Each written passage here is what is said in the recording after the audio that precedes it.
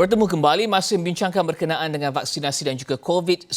Itali akan memperkenalkan sijil vaksinasi COVID-19 bermula 6 Ogos nanti. Langkah ini akan membolehkan individu yang berusia 12 tahun ke atas yang telah menerima sekurang-kurangnya 1 dos suntikan boleh mengakses pelbagai tempat termasuk restoran, pawagam dan gimnasium.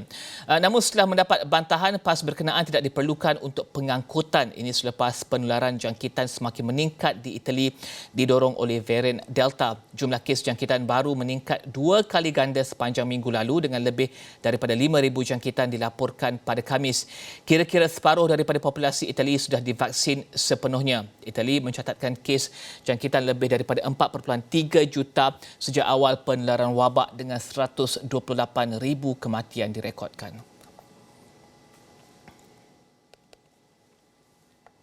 Dan penasihat Pusat Pengendalian dan Pencegahan Penyakit CDC Amerika Syarikat mempertimbangkan ataupun akan mempertimbangkan bukti yang menunjukkan dos tambahan penggalak vaksin COVID-19 dapat meningkatkan perlindungan dalam kalangan orang yang mempunyai daya tahan tubuh yang rendah.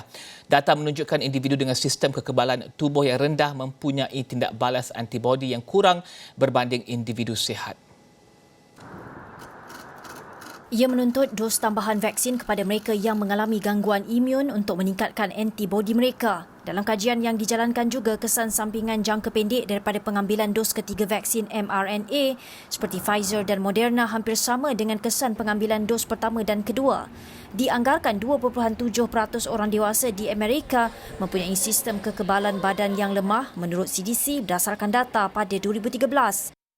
Kumpulan ini merangkumi mereka yang menghidap HIV dan AIDS, kanser serta individu dengan pemindahan organ dan penyakit autoimun. Individu berisiko tinggi untuk dijangkiti COVID-19 serta komplikasi teruk akibat COVID-19.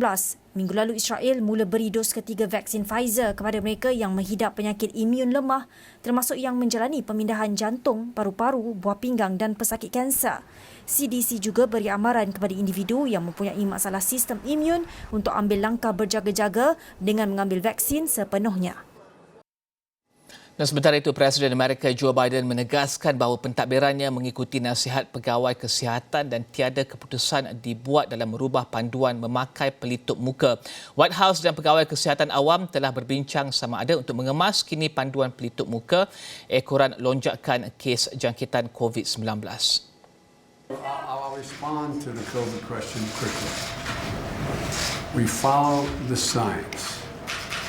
What's happening now is all the major scientific operations in this country and the 25-person group we put together are looking at all the possibilities of what's happening now.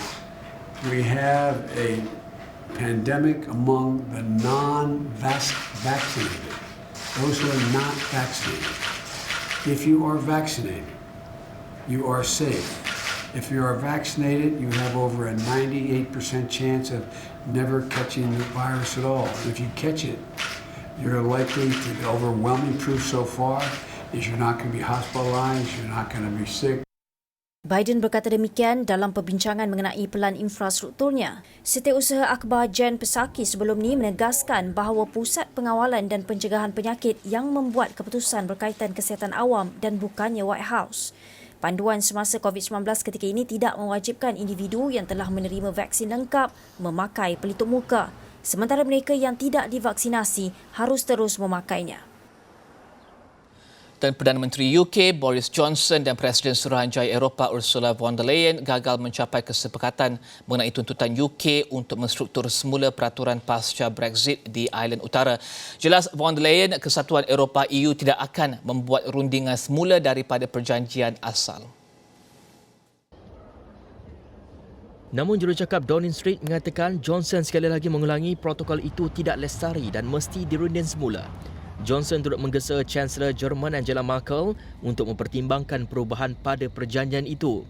UK dan EU setuju protokol Ireland Utara pada 2019 sebagai sebahagian daripada perjanjian penarikan Brexit.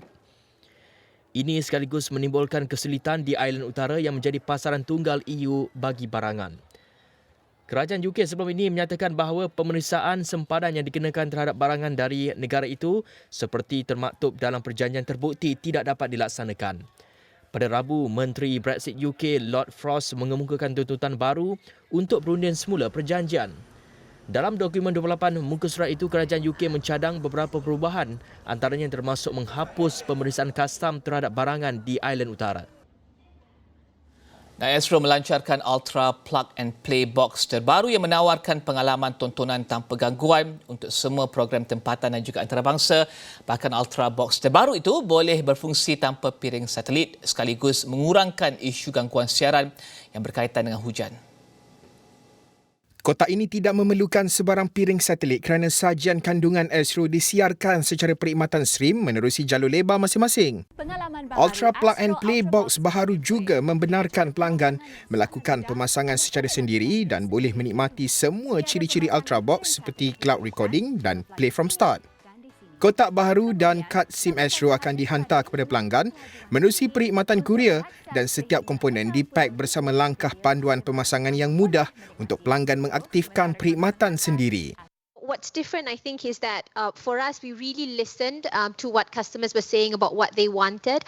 And this is just part of our, continuous journey of making sure that we're delivering on what customers are asking from us, to make sure that they can do things now, which is in a much more convenient manner. Ultra Plug and Play Box akan menjadi lebih menarik jika digandingkan bersama dengan perkhidmatan Astro dan broadband untuk mendapatkan nilai lebih hebat dengan hanya satu bil untuk semuanya. Pelanggan boleh menikmati tontonan 4K UHD stream sehingga 65,000 video di on demand dan kandungan yang sama seperti di saluran televisyen anda yang kini boleh didapati menerusi perkhidmatan jalur lebar masing-masing.